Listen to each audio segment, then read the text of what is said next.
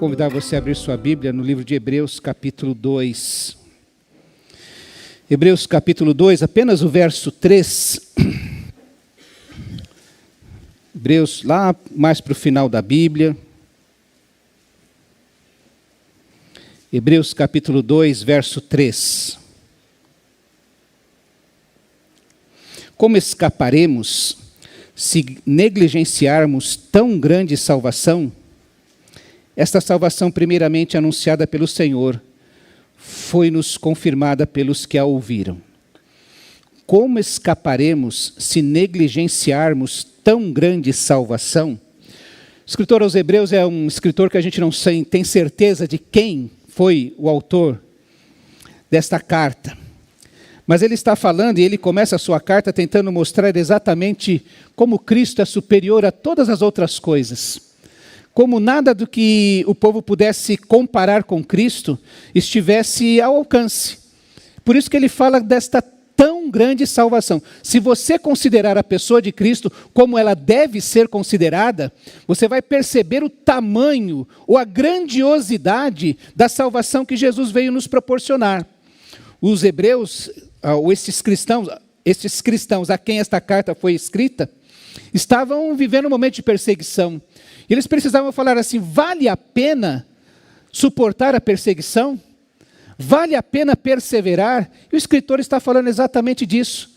Olha, vale, porque a salvação que Jesus alcançou para nós, ela é grandiosa. Vocês devem considerar isso. Hoje nós temos muita dificuldade porque várias pessoas, ou várias vertentes do cristianismo ao longo dos séculos, e especialmente neste tempo, foi se desvirtuando, foi mudando, foi perdendo o valor e o conhecimento, a definição do que é esta grande salvação alcançada por Jesus. Quando a gente pensa sobre a igreja, e aí a gente pensa exatamente sobre aqueles que têm dificuldade de compreender a dinâmica da igreja, a importância da igreja na sua vida, a sua importância para a vida da igreja. A Bíblia fala sobre várias figuras que retratam esta igreja. Quando fala sobre o templo e o edifício, de que nós somos pedras que formam um lugar, um ambiente de adoração para o Senhor, que nós somos a lavoura de Deus, onde nós somos os ramos da videira verdadeira, ou o rebanho, nós somos ovelhas do seu pastoreio, gente que Ele cuida de uma maneira especial, um corpo onde cada um de nós vive sob o comando do cabeça que é Cristo, ou a família onde Cristo é o primogênito e herdeiro, e nós, vários irmãos e co-herdeiros do Pai. Ou quando a Bíblia finalmente fala sobre a noiva, onde todos entramos num relacionamento onde somos amados e exclusivos de Cristo. Ou quando fala que a igreja é a fortaleza da verdade, como nós aprendemos que proclama e protege o Evangelho. Quando nós pensamos sobre a cruz de Cristo, também várias imagens, várias figuras são trazidas à nossa mente. E a gente olha para aquela cruz que a gente tem aqui dentro do nosso templo, a gente carrega a cruz na correntinha da gente, eu tenho uma cruz que ganhei, que coloco na lapela do paletó, a gente tem a cruz em vários lugares, e que significado tem essa cruz?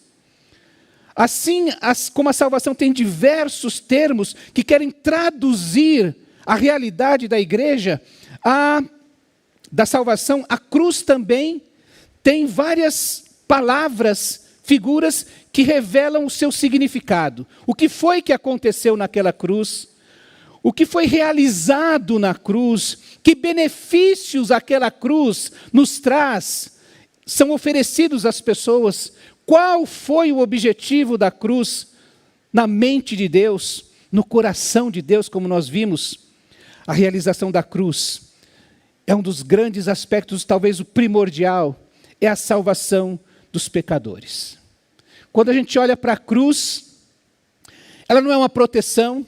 Você já deve ter assistido algum filme ou visto alguma cena em que a pessoa pega uma cruz e coloca assim, vai de retro Satanás, e acha que a cruz é aquele objeto, tem algum poder em si para enfrentar esse tipo de mal, que ele enfrenta sim, mas aquela cruz nos remete, faz com que a gente sempre se lembre de que ali pecadores são salvos. Tem gente que tem dificuldade de entender isso porque simplesmente não se vê pecador.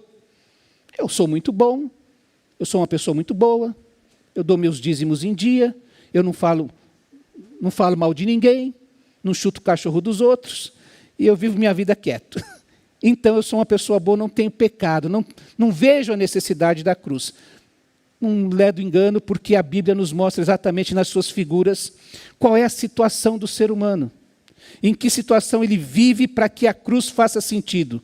E eu quero só pensar aqui com vocês nessa noite de maneira rápida sobre 4 palavras, 4 figuras que quando eu olho para a cruz, elas precisam tomar a minha mente.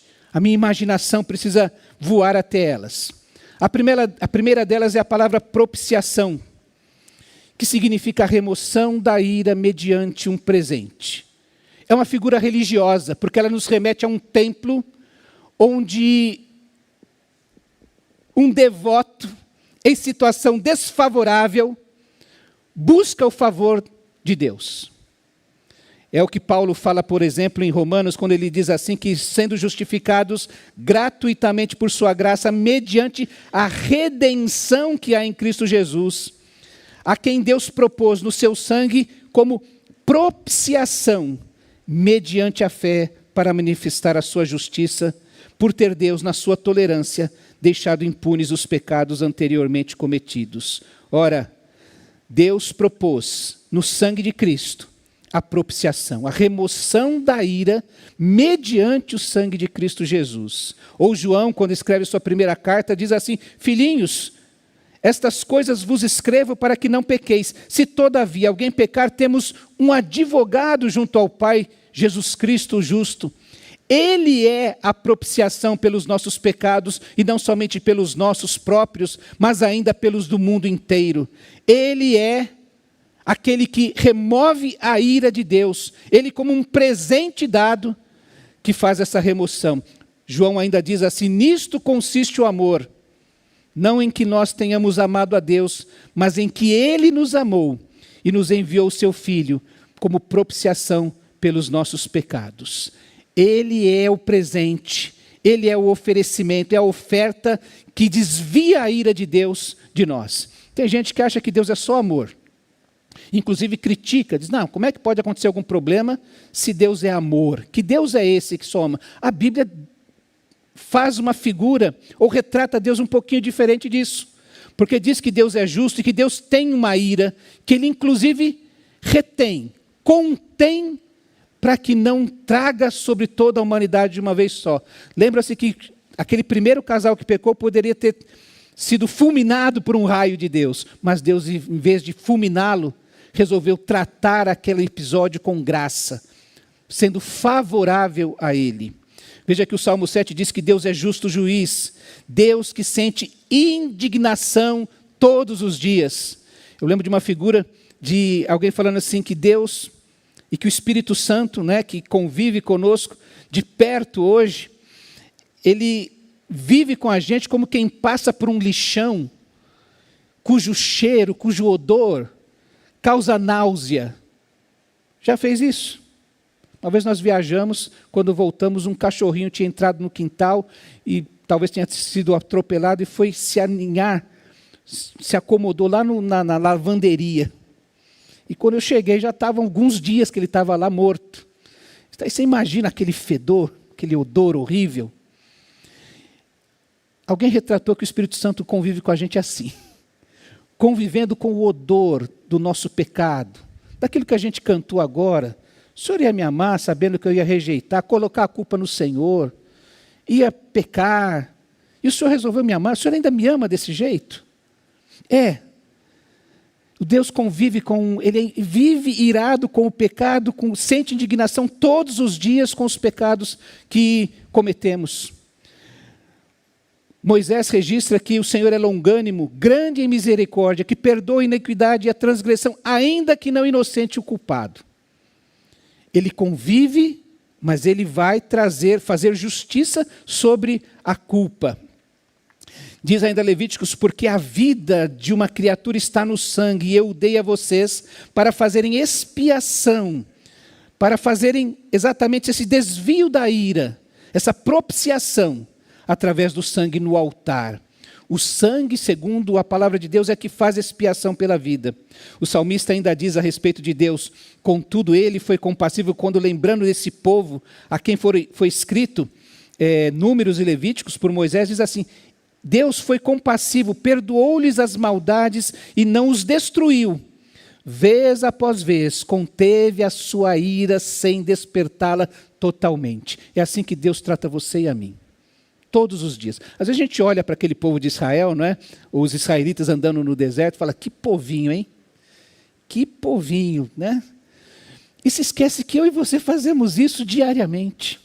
A gente se comporta dessa maneira, de tal maneira que Deus tem que, dia após dia, reter a sua ira, conter a sua ira e não despertá-la totalmente. Porque, mais uma vez, você e eu cometemos os mesmos pecados. Por isso que Paulo diz que, portanto, a ira de Deus é revelada dos céus contra toda a impiedade e injustiça dos homens que suprimem a verdade pela injustiça. E, inclusive, aqueles que rejeitam esta verdade da palavra de Deus. Há uma ira que um dia vai ser revelada a todos por esses homens que impiedosamente, de maneira injusta, suprimem a verdade. Retêm, resistem. Diz um autor que a cruz revela que quando Cristo se entrega na cruz como um presente, ele desvia a ira de Deus de nós e a recebe sobre si, realizando a propiciação, a expiação dos nossos pecados. E David Wells diz assim: no pensamento paulino, o homem é alienado de Deus pelo pecado e Deus é alienado do homem por sua ira. O homem não busca a Deus por causa do seu pecado, e Deus tem que se manter afastado do homem por causa do pecado do homem, a ira de Deus contra o pecado do homem. É na morte substitutiva de Cristo que o pecado é vencido e a ira desviada, de modo que Deus possa olhar para o homem sem desprazer e o homem olhar para Deus sem temor. O pecado é expiado e Deus é propiciado. Quando eu olho para a cruz, eu enxergo essa figura que me remete a esta imagem religiosa de um templo. Um Deus que é propício a mim por causa do sangue de Cristo que foi derramado naquela cruz. Um Deus que desvia a sua ira de mim por causa de Cristo Jesus. Um Deus que desvia a sua ira de mim para jogar sobre Jesus que morreu naquela cruz. Isso é a propiciação. A cruz tem que me levar a esta imagem. Segunda imagem é sobre a redenção. Redenção é a compra mediante um resgate, é uma transação que é feita. É um pagamento que é realizado. Isso é uma figura social muito comum naquela época, o mercado de escravos, de escravizados. E é uma imagem sombria do cativeiro que o pecado faz com o ser humano. E ele então pressupõe, quando eu olho para a cruz e penso na redenção, numa situação profundamente desfavorável, porque eu estou escravizado. Tem gente que acha que não, eu sou livre, eu faço do jeito que eu quero, eu mando na minha vida, eu já expliquei, quero repetir, não é? Que se te tirarem o ar, tu morres. Não consegue nada disso. A gente é um ser completamente dependente de tudo e acha que é muito independente, inclusive de Deus.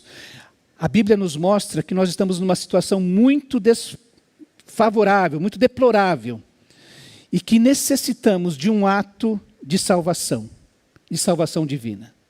Você já assistiu também novelas, filmes que retratam aqueles escravos completamente dominados pelo seu Senhor, incapazes de sair daquela situação, e que precisa vir alguém que pague o preço da sua libertação, que pague o seu resgate, que faça a redenção da sua vida. Jesus enxergava essa realidade assim, quando ele diz assim lá em Marcos: pois nem mesmo o Filho do Homem veio para ser servido, mas para servir e dar a sua vida em resgate por muitos. Eu vim para pagar a conta e libertar muitos. Esse foi um dos objetivos da vinda de Jesus. Paulo, quando escreve a Timóteo, vai dizer: pois há um só Deus e um só mediador entre Deus e os homens, o homem Cristo Jesus, o qual entregou a si mesmo como resgate por todos. E esse é o testemunho dado no seu devido tempo. A presença, a vinda de Deus ao mundo para se tornar um homem, vestir-se da nossa humanidade, para morrer na cruz, receber a ira de Deus, e com a sua entrega, pagar o preço necessário pela nossa libertação, o preço do resgate. Não era a sua vida, não era nem ele mesmo, mas o seu sangue. Pedro diz que, pois vocês sabem que não foi por meio de coisas perecíveis como prata ou ouro que vocês foram redimidos, comprados e libertos de sua vã maneira de viver, que foi transmitida por seus antepassados, mas pelo precioso sangue de Jesus Cristo, como um cordeiro sem mancha e sem defeito, perfeito para poder realizar isso. Um preço suficiente, que é aceito, que nos liberta verdadeiramente. Ou quando Hebreus diz, não por meio de sangue de bodes e novilhos, mas pelo próprio sangue, ele entrou no lugar santíssimo de uma vez por todas e obteve eterna redenção, eterna libertação. Não mais para a gente voltar aos mesmos pecados, como o escritor aos Hebreus vai falar daquele cão que volta ao seu vômito. Nós somos libertos de uma vez por todas para uma grande salvação. O sangue de Cristo é a vida dada por nós e depois dada a nós. Veja que em 1 Coríntios, Paulo diz assim: fujam da imoralidade sexual. Todos os outros pecados que alguém comete são cometidos fora do corpo, mas quem comete imoralidade sexual peca contra o próprio corpo. Acaso não sabem que o corpo de vocês é templo do Espírito Santo, que está em vocês, o qual receberam de Deus? Vocês não são de vocês mesmos, foram comprados por um preço. Portanto, glorifiquem a Deus com o próprio corpo. Nós fomos libertos da escravização ao pecado, para podermos glorificar a Deus. Não estamos mais escravizados aos mesmos pecados, para agora, livres dessa escravização, podermos glorificar a Deus com o nosso corpo, com a nossa mente, com tudo aquilo que somos. O sangue derramado na cruz, que nos liberta, é o sangue também que nos transmite vida. É por isso que a igreja se reúne mês a mês, em alguns lugares até mais vezes por mês, para se lembrar que este sangue derramado na cruz é a aliança que nos promete vida e que nos garante esta vida. Na propiciação, nós temos uma figura de um templo. Na redenção, nós temos uma figura de um mercado de escravos, que a cruz traz libertação. Uma terceira figura é a da justificação. Justificar significa absolver, declarar justo. Exatamente o oposto de você declarar culpado. Já assistiu um filme de tribunal americano? E passa a série inteira, não é? Você lá, tudo intrincado, até que finalmente o juiz bate o martelo e diz: está inocente. Arquive esse processo. Fulano dá aquele grito, todo mundo fica feliz, e ele sai dali livre. Ninguém pode acusá-lo, não tem mais algema, não tem ninguém para olhar feio para ele, não tem mais remorso. Ele fala: eu estou livre. A ideia da justificação é uma figura de um tribunal, onde nós estamos sendo acusados dos nossos pecados, da rejeição a Deus, de fugirmos de Deus. E ali, na justificação, o perdão redime a nossa dívida e cancela a nossa responsabilidade diante do castigo. Todos nós somos merecedores do castigo, mas uma vez declarados justos, e não é só declarado justo, é declarado inocente. Você está inocentado de todas as acusações que foram feitas por você. Porque na cruz, Cristo morreu, tomou o seu lugar, pagou a nossa dívida, assumiu a nossa responsabilidade com a culpa. e levou sobre si tudo aquilo que era necessário. A justificação concede uma justa posição diante de Deus. Se nas outras figuras nós temos um tipo de libertação, algo que não vai cair sobre nós, na justificação nós somos elevados a um novo patamar de relacionamento com Deus. Lucas lembra para nós Jesus contando aquele episódio em que 2 homens vão ao templo para orar. E o publicano, ou o fariseu, começa a falar, diz Lucas, que ele começa a conversar consigo mesmo, falar de si para si mesmo. Senhor, eu te dou graças porque eu jejuo, eu dou meus dízimos, eu faço tudo direitinho. Eu te dou graças porque, inclusive, eu não sou como aquele homem que está ali no canto, que é um pecador. E o publicano estava lá no seu canto, no mesmo templo, no mesmo culto,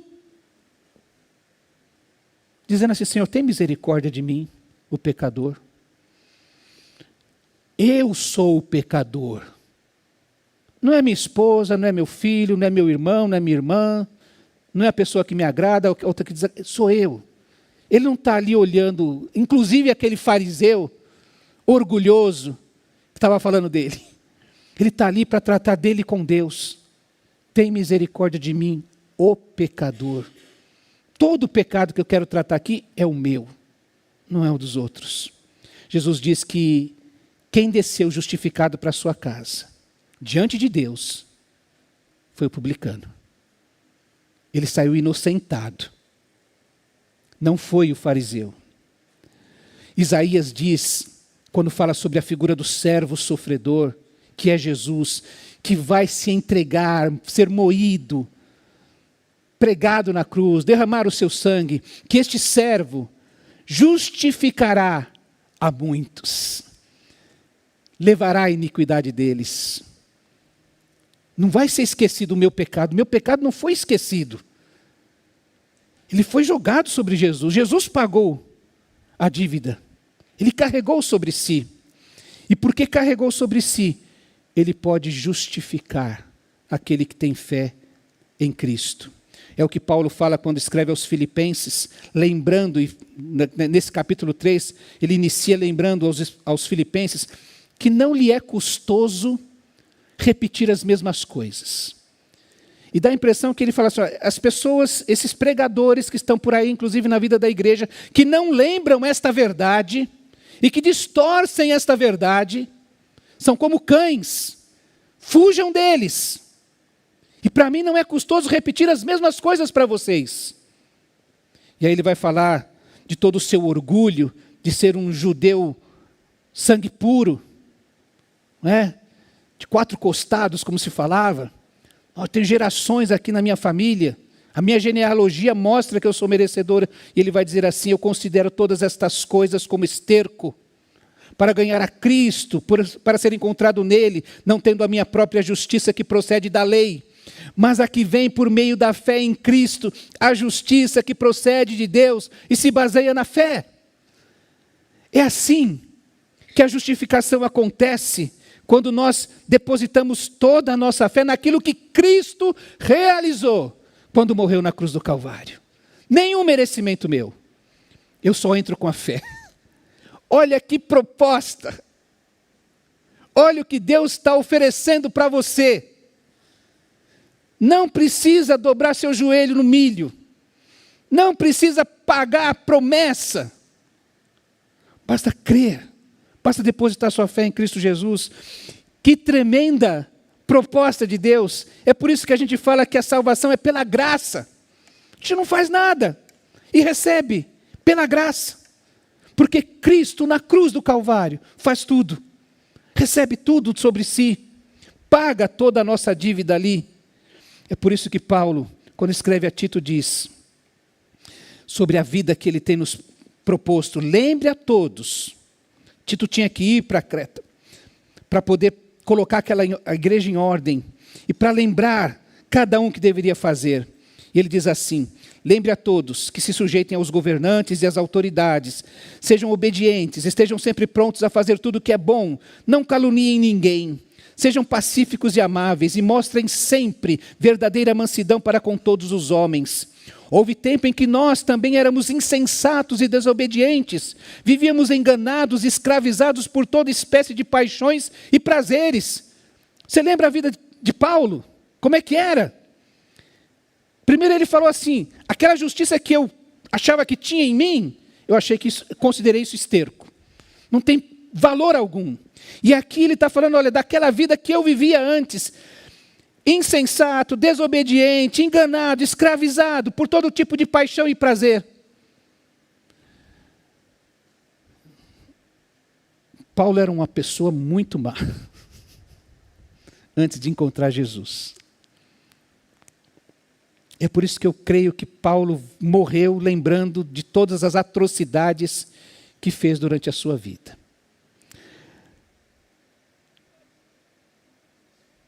Tem gente que mata por prazer. Chega uma hora que a adrenalina tem que fazer parte da vida dele. E eu imagino Paulo já há alguns anos vivendo nessa rotina de encarcerar homens e mulheres, de perseguir a igreja de Jesus, para destruir a igreja. Um homem cheio de raiva, que só respira morte. É disso que ele está falando.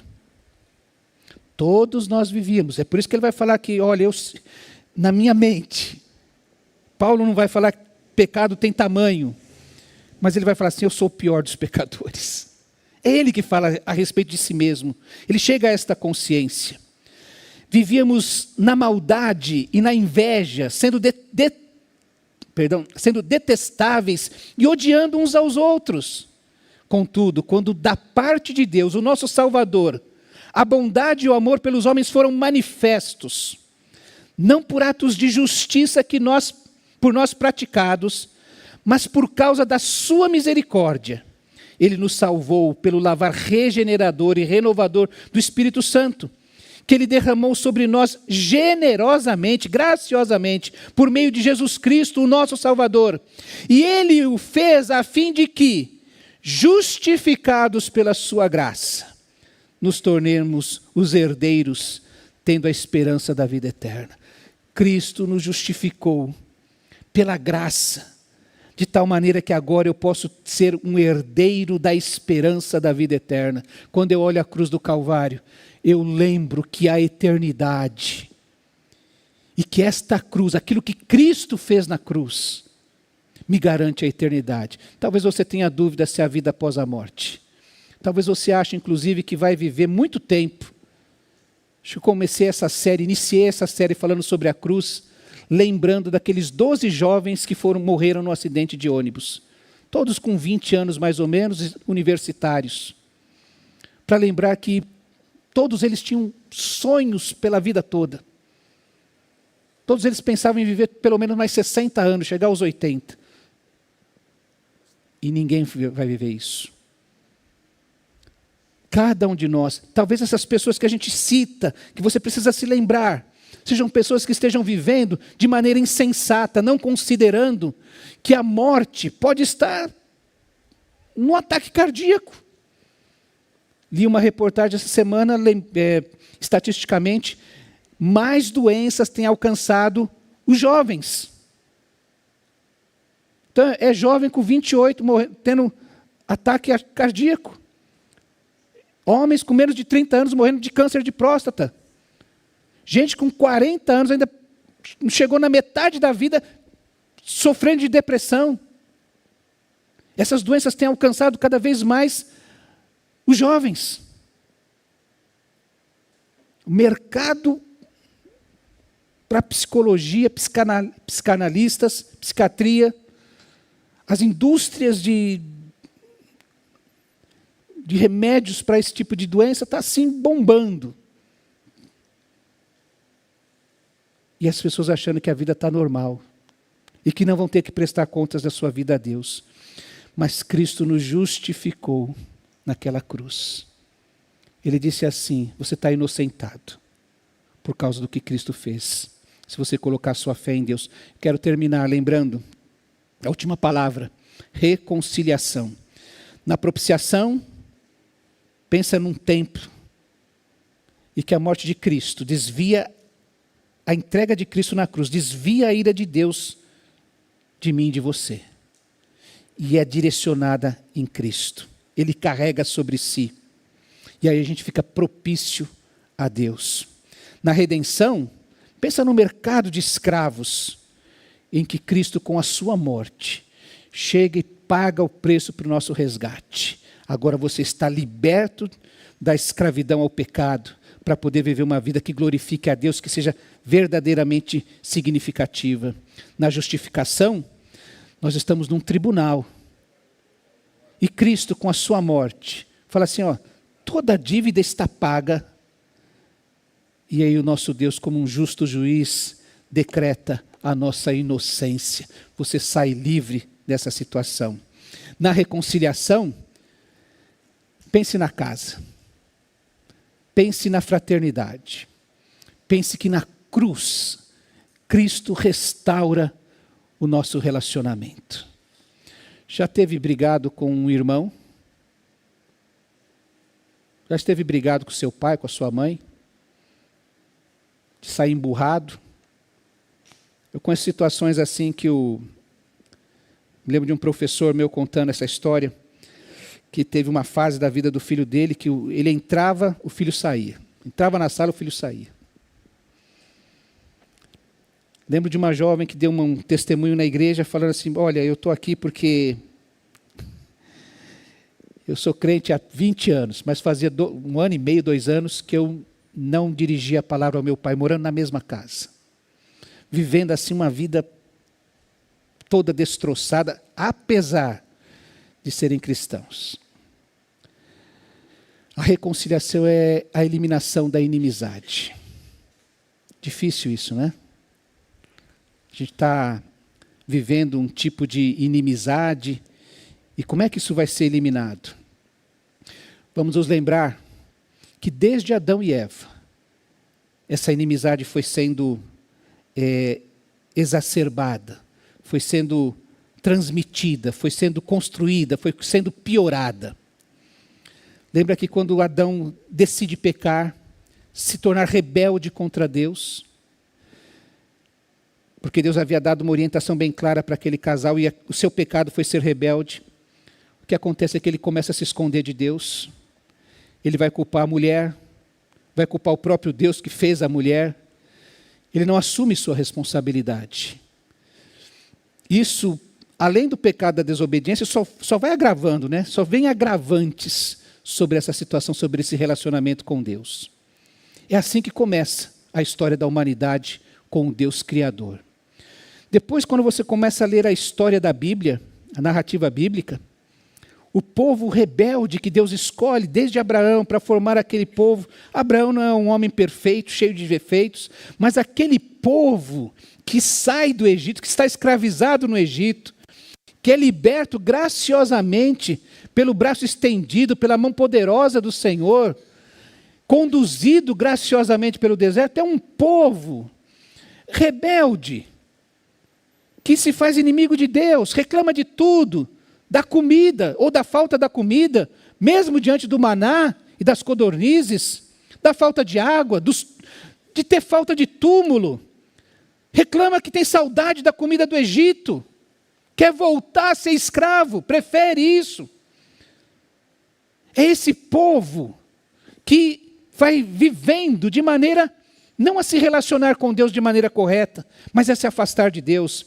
Esse povo rebelde, no período dos reis, dos profetas, por exemplo, é retratado, já quando Deus traz o seu juízo sobre o povo de Israel, é retratado como uma mulher adúltera. Ezequiel diz assim, olha, Ezequiel falando do mesmo período que Jeremias. Ezequiel lá na Babilônia, cuidando de uma comunidade de judeus, diz assim, ó, o Senhor mandou dizer uma coisa para vocês, povo de Israel. Sua mulher adúltera, você prefere estranhos ao próprio marido, toda prostituta recebe pagamento, mas você dá presentes a todos os seus amantes, subornando-os para que venham de todos os lugares receber de você os seus favores ilícitos. Na sua prostituição, dá-se o contrário do que acontece com outras mulheres. Ninguém corre atrás de você em busca dos seus favores. Com você acontece o oposto, você é que faz o pagamento, mas nada recebe em troca. Porque o povo de Israel ia correr atrás de outros deuses, de outros ídolos, de outras confiar em outras nações. Foi o que ele fez o tempo todo. Se afastou de Deus, nunca foi amigo de Deus. Sempre fugiu de Deus. A ponto de Deus falar, sabe o que acontece aqui? Eu sou o marido traído. E você se comporta como uma prostituta, e das piores. Porque as prostitutas, pelo menos, são procuradas pelos homens e eles pagam os seus favores. Você não, você corre atrás de homens, paga para eles e não recebe nada em troca. Olha que ponto o povo de Israel chegou. Jeremias fala a mesma coisa sobre este povo rebelde que não se curva diante de Deus. Logo no início do seu livro, Jeremias diz assim: porque 2 males cometeu o meu povo. A mim me deixaram o manancial das águas vivas e cavaram cisternas rotas que não retêm as águas. Você tem uma fonte de água límpida, geladinha, refrescante. E sabe o que o povo de Israel ia fazer? Ia pegar uma poça barrenta para pegar água para beber. Me lembro de Volta para o Futuro, quando Marty McFly, volta para o passado, no tempo do Velho Oeste, e aí ele recebe um copo de água, e vem aquela água turva, que era a água daquele período, não tinha tratamento nenhum.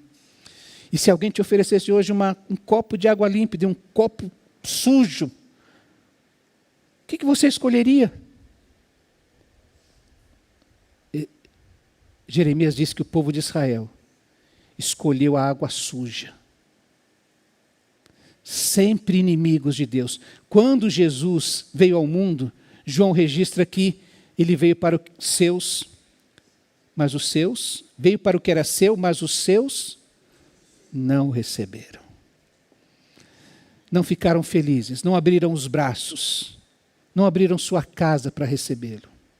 Ele foi rejeitado. Lembra que Judas o entregou ao Sinédrio, o Sinédrio entregou a Pilatos, Pilatos entregou o povo devolveu para Pilatos e Pilatos entregou para os soldados para o crucificarem. Ninguém o quis. Todos o rejeitaram. Os fariseus e os saduceus, gente que era inimiga, se uniu para matar Jesus. Paulo diz que nós, todos, você e eu, quer você acredite, você não acredite, todos estamos separados de Deus e éramos inimigos dele por causa da disposição interior e do mau procedimento. Essa disposição de não querer Deus. Efésios, Paulo fala que há um muro de inimizade que separa e que Jesus veio ao mundo exatamente para isso, para acabar com esta inimizade. Lá, na cruz do Calvário, é que nós somos reconciliados com Deus. Tiago vai dizer que vocês não sabem que a amizade com o mundo se constitui em inimizade com Deus. Ninguém pode ser amigo do mundo, ou melhor, quem quiser ser amigo do mundo vai se fazer inimigo de Deus. Quero terminar lembrando que Deus aponta a solução para tudo isso. Romanos 5,11 diz que não apenas isso, mas também nos gloriamos em Deus, por meio de nosso Senhor Jesus Cristo, mediante o qual agora recebemos a reconciliação. Como eu citei em Efésios, capítulo 2, 19, diz: portanto, vocês já não são estrangeiros, nem forasteiros, mas concidadãos dos santos e membros da família de Deus. Porque na cruz do Calvário, Jesus destruiu toda a inimizade que existia, porque ele carregou a culpa dos nossos pecados. Ele levou sobre si o castigo que nos traz a paz e o perdão. Ele abriu um novo tipo de relacionamento com Deus, no qual agora não existe mais judeu nem grego. Existem agora somente aqueles que são membros da mesma família. Você tem acompanhado os os jornais, e você já pensou como é difícil ser forasteiro? Você que está vendo aí, por exemplo, os Estados Unidos, ontem a gente conversava com os jovens e como vai ficando cada vez mais complicado ir para alguns lugares. E a minha percepção é sempre uma só. Eu não quero ser humilhado. Então, você já pensou você ser preso e ser deportado? Ou não precisa nem ser preso. Só o fato da pessoa olhar para você e falar assim, ai, la cucaracha. Não é? E se desprezar. Paulo está dizendo que na cruz do Calvário, nós que poderíamos ser considerados, e naquela situação éramos considerados os gentios, as gentes, não é do nosso povo, é qualquer gente. Era assim que os judeus tratavam. São reconciliados, são tratados como filhos, são tratados como naturais, se tornam co-herdeiros com Cristo. Quando a gente olhar para a cruz, e quando você tiver que falar a respeito da cruz, ela não é apenas um símbolo qualquer. A beleza dela não está se ela é feita de ouro, de prata, de madeira talhada, seja lá o que for. A beleza dela está em que, na cruz, houve a remoção da ira de Deus, de nós. Ele desviou a sua ira de nós. Na cruz, o preço pelo nosso resgate foi pago, para que nós pudéssemos ser libertos da escravidão do pecado. Na cruz, nós fomos perdoados de graça. E na cruz, o nosso relacionamento com Deus é restaurado. Você conhece talvez a história, a parábola mais famosa de Jesus, a do filho pródigo? Quando aquele rapaz que abriu todas as possibilidades, a sua rebeldia abriu a possibilidade de ser um inimigo do seu pai. Mas que ele, ao voltar, ao cair em si, ao reconhecer o seu pecado e decidir voltar para o pai, ele é recebido e todo o seu relacionamento com o pai é restaurado imediatamente por causa da graça como o pai o recebe. Ponham-lhe um anel nos dedos, uma sandália nos pés, deem-lhe uma capa e matem o cordeiro cevado. Nós vamos festejar. A cruz lembra tudo isso. Porque na cruz Deus fez tudo isso por nós. Jesus morreu na cruz para que estas verdades pudessem nos alcançar. Já alcançaram sua vida? O seu relacionamento com Deus já foi restaurado? Você já foi liberto da culpa do seu pecado? Você já está justificado diante de Deus? Queria que você fechasse os seus olhos e orasse a Deus agora. Cada um no seu lugar. Por vezes a gente está tão acostumado que a gente não valoriza estas verdades. Esquece de valorizar, cai no esquecimento. E elas são importantes, elas nos colocam no lugar certo. Elas ajustam o nosso relacionamento com Deus. Elas desvendam o nosso olhar a essa glória que é a salvação que Cristo conquistou na cruz do Calvário. Trazer isto à memória do nosso coração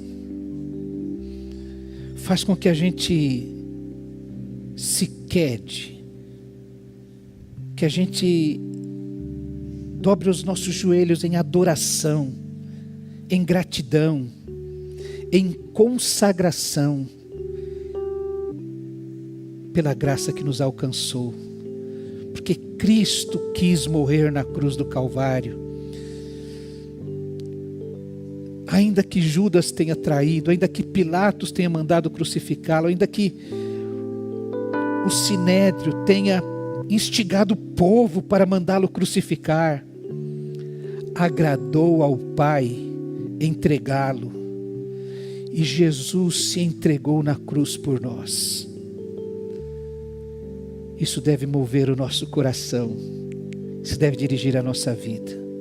Ora a Deus em gratidão, ora a Deus para que todas estas verdades alcancem a sua vida, sejam realidade em você. Deus querido, nosso amado Senhor, Salvador da nossa vida, nós te adoramos, nós o exaltamos. Tu és o único Deus verdadeiro. Nenhum outro Deus fez o que o Senhor fez, nenhum outro Deus faz o que o Senhor faz. Tu és a fonte de água viva para a nossa vida, Tu és o nosso Salvador. Ó Deus querido, que ninguém saia daqui sem entregar-se a Ti, sem ser justificado, liberto, ter o seu relacionamento restaurado contigo, pelo que Cristo fez na cruz do Calvário. Recebe a nossa adoração, e nós oramos e cantamos e nos dedicamos a Ti, no nome precioso e poderoso de nosso amado Senhor e Salvador Jesus Cristo, aquele que foi morto na cruz, mas ressuscitou, está vivo e reina para todo sempre. Amém.